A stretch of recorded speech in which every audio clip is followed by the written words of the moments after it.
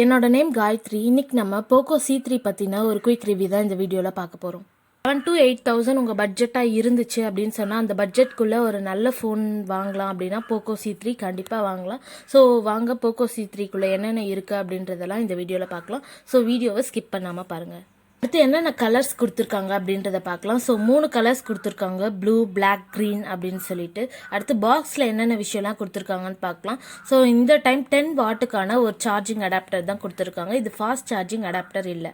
இதை தவிர்த்து micro USB cable, sim ejection tool, warranty card, user guide, phone அப்படின்ற எல்லா விஷயத்தையுமே இந்த பாக்ஸில் கொடுத்துருக்காங்க.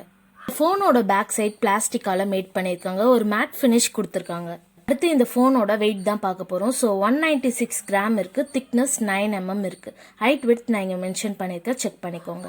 அடுத்து இந்த ஃபோனோட சேர் வேல்யூ தான் பார்க்க போகிறோம். ஸோ ஹெட்டுக்கு 0.506 கொடுத்துருக்காங்க, பாடிக்கு 0.833 கொடுத்துருக்காங்க. ஸோ இந்தியன் ரெகுலேஷனில் இருக்கக்கூடிய ஒரு சேர் வேல்யூ தான் மெயின்டைன் பண்ணியிருக்காங்க. அடுத்து யூஎஸ்பியும் ஆடியோவும் தான் பார்க்க போகிறோம். ஸோ மைக்ரோ USB தான் கொடுத்துருக்காங்க, அதனால் மைக்ரோ கேபிள் தான் யூஸ் பண்ண முடியும். ஆடியோ அப்படின்னு சொல்லும்போது 3.5 mmக்கான ஹெட்ஃபோன் ஜாக் கொடுத்துருக்காங்க. அடுத்து இந்த ஃபோனில் பெஸ்ட்டான விஷயமா 5000 mAhக்கான ஒரு பேட்டரி கொடுக்குறாங்க. இதை சார்ஜ் பண்ணுறதுக்கு 10 வாட்டுக்கான ஒரு நார்மல் சார்ஜர் கொடுக்குறாங்க மைக்ரோ USB கேபிளோட. தவிர்த்து இந்த ஃபோனில் என்ன ப்ராசஸர் யூஸ் பண்ணியிருக்காங்க அப்படின்றத பார்க்கலாம். ஸோ MediaTek Helio G35 அப்படின்ற ப்ராசஸரை தான் யூஸ் பண்ணியிருக்காங்க. Octa-core 2.3 GHz, GPU IMG power VR GE8320 கொடுத்துருக்காங்க. மெயினாக இந்த MediaTek ப்ராசஸர் யூஸ் பண்ணுறதுக்கான ரீசனே கேமிங் எக்ஸ்பீரியன்ஸ் நல்லா காட்டும் அப்படின்றதுக்காக தான் இதை யூஸ் பண்ணியிருக்காங்க. பட்ஜெட் லெவலில் ஒரு ஃபோன் லான்ச் பண்ணாலும் கேம்ஸுக்கான இம்பார்ட்டன்ஸாக இதை கொடுத்துருக்காங்க. கேமரா அப்படின்னு பார்க்கும்போது ஃப்ரண்ட் கேமரா 5 MPக்கான ஒரு செல்ஃபி கேமரா கொடுத்துருக்காங்க.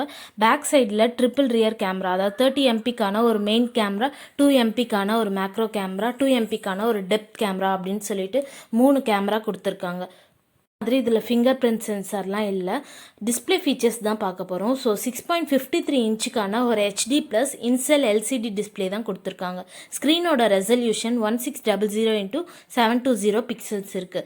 Aspect ratio 20:9. இது ஸ்பிளாஷ் ப்ரூஃப் கோட்டிங் அப்படின்னு சொல்கிறாங்க. தண்ணிலாம் பட்டுச்சு அப்படின்னு சொன்னால் எந்த வித டேமேஜும் இருக்காது அப்படின்ற மாதிரி சொல்கிறாங்க. ஸோ கிராஃபிக்ஸ் அப்படின்றத அடுத்து பார்க்கலாம். ஸோ கிராஃபிக்ஸ் 270 ppi கொடுத்துருக்காங்க. சிம் கார்டு டைப் தான். ஸோ சிம் கார்டு அப்படின்னு சொல்லும்போது டூயல் சிம் யூஸ் பண்ணிக்கலாம். மெமரி கார்டு டெடிகேட்டட் ஸ்லாட், நீங்கள் மெமரி கார்டாகவும் யூஸ் பண்ணிக்கலாம், இல்லை சிம் கார்டாகவும் யூஸ் பண்ணிக்கலாம். அடுத்து ரேம் அண்ட் ஸ்டோரேஜ் தான் பார்க்க போகிறோம். So 3GB RAM, 32GB storage கொடுக்குறாங்க. ஸோ அப் டு 4GB வரைக்கும் ப்ராசஸ் பண்ணுற அளவுக்கான ரேம் கெப்பாசிட்டி இருக்குது அப்படின்னு சொல்கிறாங்க. அதே மாதிரி உங்களுக்கு மெமரி எக்ஸஸாக வேணும் அப்படின்னு சொன்னாலும் மெமரி கார்டு யூஸ் பண்ணிக்கலாம். 12GB வரைக்கும் நீங்கள் எக்ஸ்பேண்ட் பண்ணலாம் மெமரி கார்டு யூஸ் பண்ணி. அடுத்து OS தான் பார்க்க போகிறோம். ஸோ MIUI 12 கொண்டு வந்திருக்காங்க, Android 10ல் பில்ட் பண்ணியிருக்காங்க.